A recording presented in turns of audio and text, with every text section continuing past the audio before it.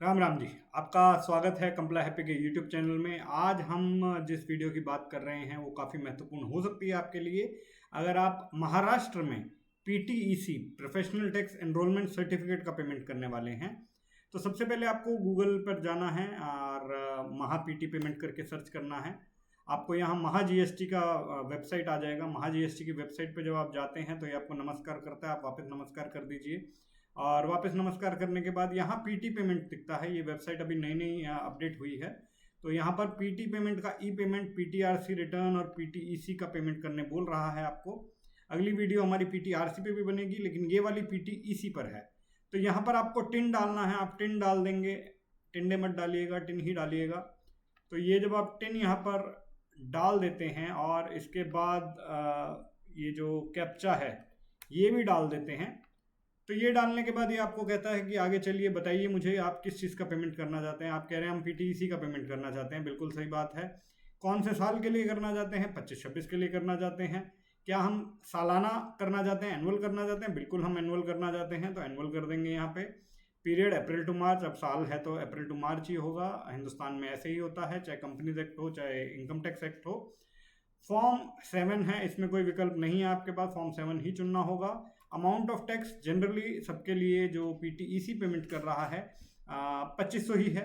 TDS कुछ नहीं है, इंटरेस्ट कुछ नहीं है, पेनल्टी कुछ नहीं है, कॉम्पोजिशन, फाइन, फीस कुछ भी नहीं है, एडवांस पेमेंट कुछ नहीं किया है, अमाउंट फोर्टिफाइड कुछ नहीं है, डिपॉजिट कुछ नहीं है। इसके बाद आपको यहाँ पे लोकेशन चुननी है। मैं पुणे लोकेशन से कर रहा हूँ तो मैं पुणे चुन लूँगा। अगर आप मोबाइल नंबर डालना चाहें तो डाल सकते हैं, मैं भी डाल देता हूँ और डाल ही देना चाहिए, कोई दिक्कत वाली बात नहीं है क्योंकि इससे क्या होता है कि अपने पास आ जाती है चीज़ें। इसके बाद आपको आगे बढ़ना है। आगे बढ़ के आपको अग्री या डिसएग्री करना है। जैसे आप पत्नी के साथ डिसएग्री नहीं कर सकते, आप इस वेबसाइट के साथ भी डिसएग्री नहीं कर सकते हैं तो एग्री कर जाइए और कहिए कि हम ग्रास पर जाना चाहते हैं, घास नहीं।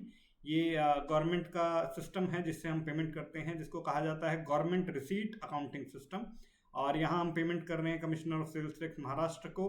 बहुत सारे विकल्प यहाँ पर हैं। इंटरनेट बैंकिंग का एक विकल्प यहाँ पर है लेकिन इंटरनेट बैंकिंग में समस्या ये है कि बहुत कम बैंक जो हैं यहाँ पर लिस्टेड हैं। जैसे मैं आईसीआईसीआई बैंक से पेमेंट करना चाहता हूँ, वो यहाँ पर लिस्टेड नहीं है। अगर आप बैंक काउंटर पर जाके कैश या चेक देना चाहते हैं वो बहुत दुखदाई हो सकता है क्योंकि बैंक तक जाना, गर्मी बहुत है, मुश्किल पड़ सकता है।